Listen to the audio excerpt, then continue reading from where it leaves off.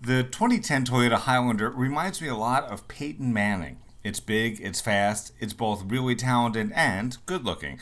By the way, did you know that aside from Eli, there is another Manning brother? More on him in a minute. Okay, well, a hybrid's got a gasoline engine and an electric motor, and it switches back and forth between them seamlessly, automatically, and uses each one where it's most efficient. Wade Hoyt is a spokesperson for Toyota. Well, Toyota definitely thinks hybrids are the future. We're eventually going to have a hybrid version of every vehicle we sell. The Highlander Hybrid is really like having your cake and eating it too. You get the size and functionality of a big SUV without the guilt of knowing you're drinking too much. Gasoline, that is.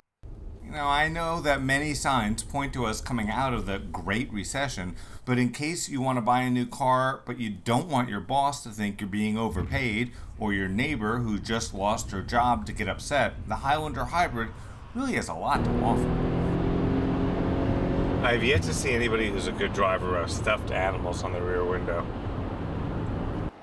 From the exterior that doesn't seem to have Greenpeace written all over it, to the interior which is really luxurious without being ostentatious, the Highlander Hybrid has 3 rows of skybox seats, including air vents for all 3 of them.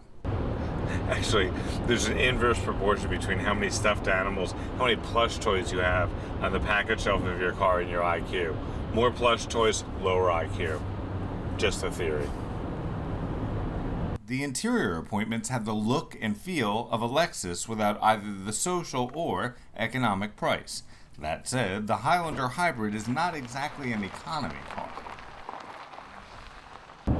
Why the Toyota navigation system is so complicated, I don't know. The Lexus system actually is also relatively complicated, but you can hit their version of the OnStar button and it can be remotely programmed for you. That's a really big advantage. Aside from the safety factor of not having to take your eyes off the road, this Toyota system is just way too hard to use. The Highlander Hybrid has a 0 to 60 time of under 8 seconds. Some estimates put it as fast as 7.3 seconds. Speaking of fast, the other Manning brother, Cooper, was the first great athlete of Archie's offspring.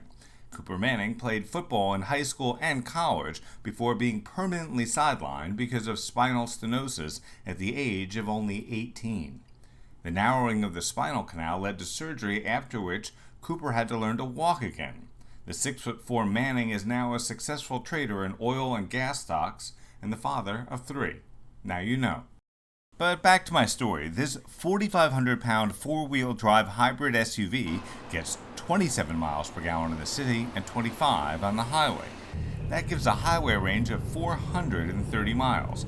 The ground clearance is 7.3 inches and it's a little more than 188 inches long. The Highlander Hybrid starts at a little over $41,000.